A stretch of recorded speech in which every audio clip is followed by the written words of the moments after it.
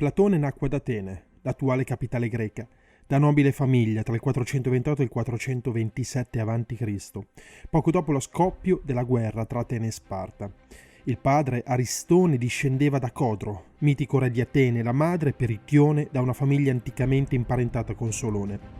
Platone ricevette l'educazione tradizionale, incentrata sulla ginnastica e sulla musica, e forse compose in età giovanile poesie e tragedie, che avrebbe in seguito bruciato. Verso i 20 anni incontrò Socrate, seguendone l'insegnamento sino alla morte di questi nel 399. Nel 404, con la vittoria di Sparta, fu instaurato ad Atene un governo oligarchico filo-spartano, campeggiato da quelli che in seguito sarebbero stati chiamati i 30 tiranni. Di questo governo era membro influente Crizia, zio materno di Platone, che lo invitò a prendere parte attiva al governo. Ma ben presto Platone rimase deluso dal loro dominio dispotico e violento, che fu abbattuto nel 403. Delusione e sfiducia, tuttavia, gli procurò anche la democrazia restaurata, che nel 399 mandò a morte Socrate. Secondo la tradizione egli avrebbe compiuto in seguito vari viaggi, recandosi a Cirene, a Creta e in Egitto, cominciando a comporre i suoi primi dialoghi. Nel 388 si recò a Siracusa,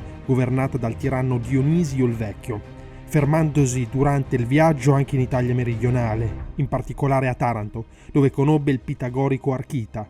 Imbarcatosi in seguito su una trireme spartana per tornare ad Atene, sarebbe stato condotto su istigazione di Dionisio, con il quale era entrato in contrasto, a Egina, allora in guerra con Atene.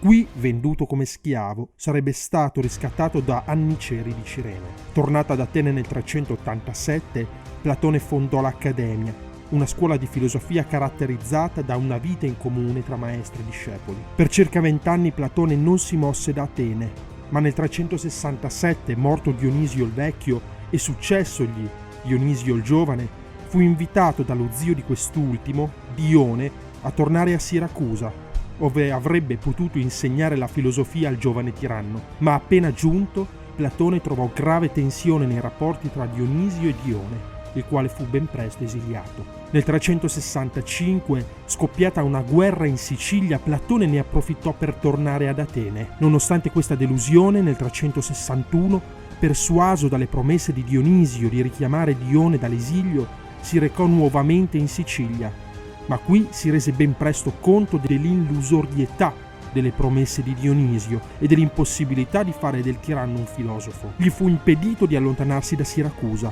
sicché egli riuscì ad avvertire Archita, il quale col pretesto di un'ambasceria inviò una nave per imbarcarlo. Nel 360 Platone poté così rientrare ad Atene. Nel 353 Dione, dopo essersi impadronito di Siracusa e aver cacciato Dionisio, fu assassinato da un gruppo di congiurati, a capo dei quali c'era l'ateniese Callipo. Nel 348 Platone morì ad Atene, mentre Filippo di Macedonia era già entrato in conflitto con la città.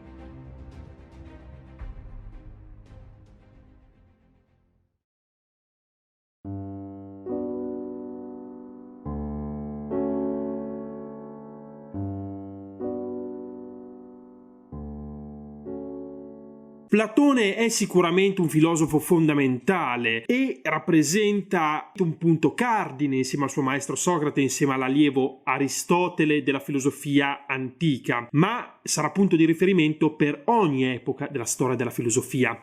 Oltre alla sua vita, oggi tratteremo dei problemi essenziali che stanno addirittura prima della filosofia di Platone. Innanzitutto il primo problema che tratteremo sarà proprio il problema della scrittura. Infatti fare filosofia nel 400 a.C.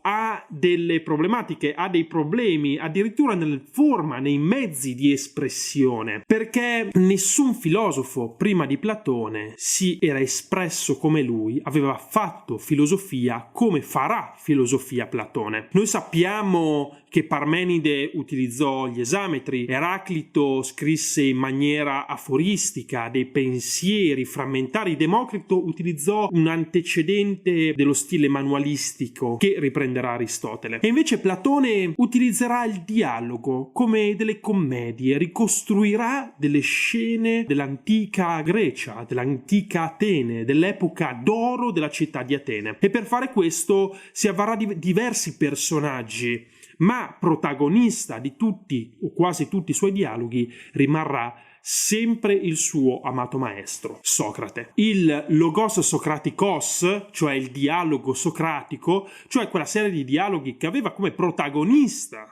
lo stesso Socrate, non avrà solo in Platone un suo interprete, ma sarà una vera e propria moda dell'Atene del 400 a.C.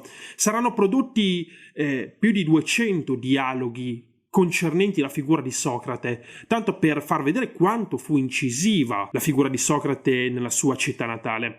E Platone avrà l'onore di aver scritto 40 di questi dialoghi, di questi poco più di 200 dialoghi. Ma perché Platone sicuramente deve essere stato indeciso su quale stile utilizzare? Platone era d'accordo con Socrate, e sarà proprio lui in uno scritto a ricordarcelo. Secondo Platone, come secondo il suo maestro, la filosofia non andava scritta, non ci doveva essere scrittura, ma andava solo parlata, dialogata tra il maestro e l'allievo. E quindi perché Platone alla fine decide di scrivere filosofia, di fare filosofia scrivendola attraverso i dialoghi? Sicuramente possiamo pensare che Platone a un certo punto vive una crisi, la crisi della sua città. Come abbiamo visto nell'introduzione, Atene vive una vera e propria disfatta mentre Platone sta crescendo, la perdita della guerra contro Sparta. E infine Filippo il Macedono, che arriverà a porre la parola fine sull'autonomia della città ateniese. E quindi di qui l'esigenza di Platone di non avere più tempo, non si può più comunicare con l'allievo singolarmente, ma bisogna accelerare i tempi. Allora bisogna produrre degli scritti, dei dialoghi che permettano di diffondere il pensiero, le idee di Platone il più velocemente possibile. E così nasce il dialogo platonico, sia contro la disfatta della città, per riparare alla disfatta della città, sia anche contro la figura del sofista, cioè quelle figure che avevamo visto un po' di puntate fa, che iniziavano a insegnare ai giovani che non vi era nessuna verità, che non vi era che uno scetticismo imperante in questa vita,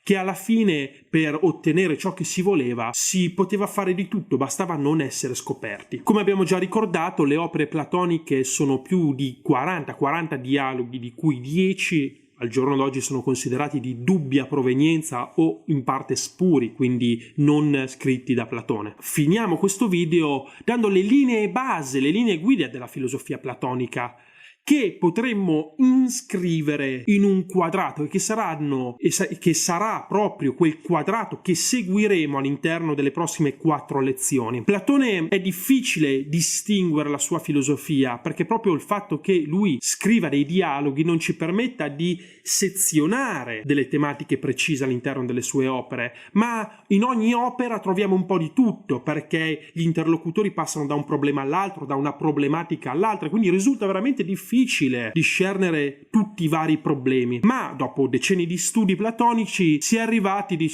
a una conclusione. Ci sono 4 aree tematiche principali e che ritornano in quasi tutti i dialoghi, e che sono il problema politico, il problema etico, e cioè rispettivamente il problema della città che stava decadendo, il problema dell'uomo, del cittadino, che non conosceva, per colpa dei sofisti, non conosceva più leggi morali e si permetteva ogni cosa, il problema ontologico e il problema epistemologico o gnoseologico, e cioè il problema ontologico riguardava il fondamento delle cose. Le cose sono fatte solo di materia? Viviamo in un mondo in cui c'è solo materia o c'è qualcos'altro? E poi il problema epistemologico o gnoseologico, e cioè il problema della conoscenza. Quando noi conosciamo qualcosa attraverso i sensi, ad esempio attraverso l'immagine che colpisce la retina dell'occhio, quell'immagine che cattura l'occhio è l'esatto riflesso della realtà, oppure potrebbe essere qualcos'altro, qualcosa di distorto, qualcosa che il nostro occhio percepisce come confuso. Platone darà a questi problemi 4 diverse soluzioni. Al primo problema, il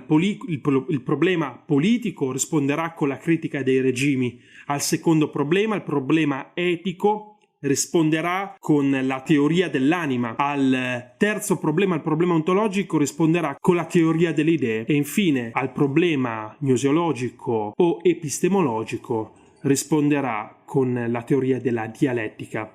e noi analizzeremo in questo viaggio questi 4 punti e dalla prossima lezione sviscereremo la filosofia platonica. Per oggi mi fermerei qua, spero che il video vi sia piaciuto e lo abbiate trovato interessante. Scaricate il contenuto in PDF e commentate se vi è piaciuto e vi è risultato di vostro gradimento, mettete like e seguite la pagina di Studionoisis. Grazie mille e alla prossima lezione.